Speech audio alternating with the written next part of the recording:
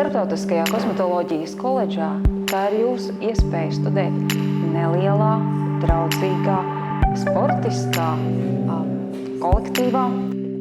Šajā skolā esmu iemācījusies ne tikai daudzas jaunas teorētiskās zināšanas, bet arī praktiskās, gan ķermeņa procedūras, gan sejas procedūras, kā piemēram sejas ķīmiskie pīlingi, dažādas masāžas, gan klasiskā, gan relaksējošā, sejas masāžas un arī elektroprocedūras, kā arī liels pluss, ka mēs varam no sākuma visu izmēģināt uz sevis un pēc tam uz klientiem.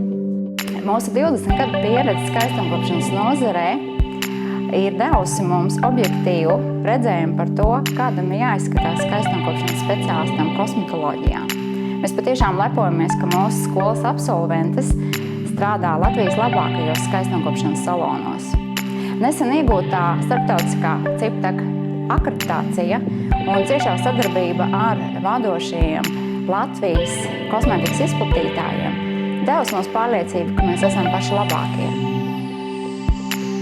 Es izvēlēju šo koledžu, jo man patīk viss, kas ir saistīts ar skaistumkopšanu.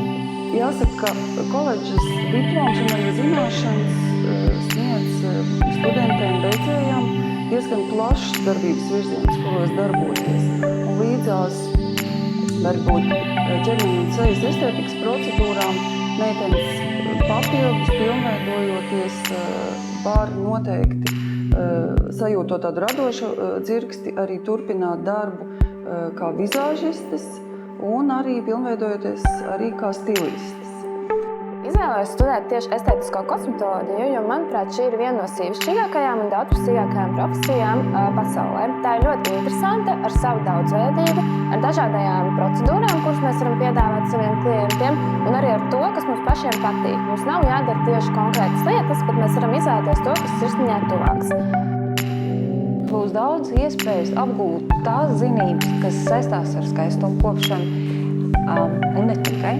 Arī sadarboties ar biznesa augstskolu turībā pašpārvaldi, apmeklēt tās milzīgo biblioteku, doties starptautiskajās praksēs Erasmus Plus mobilitātes programmas ietvaros.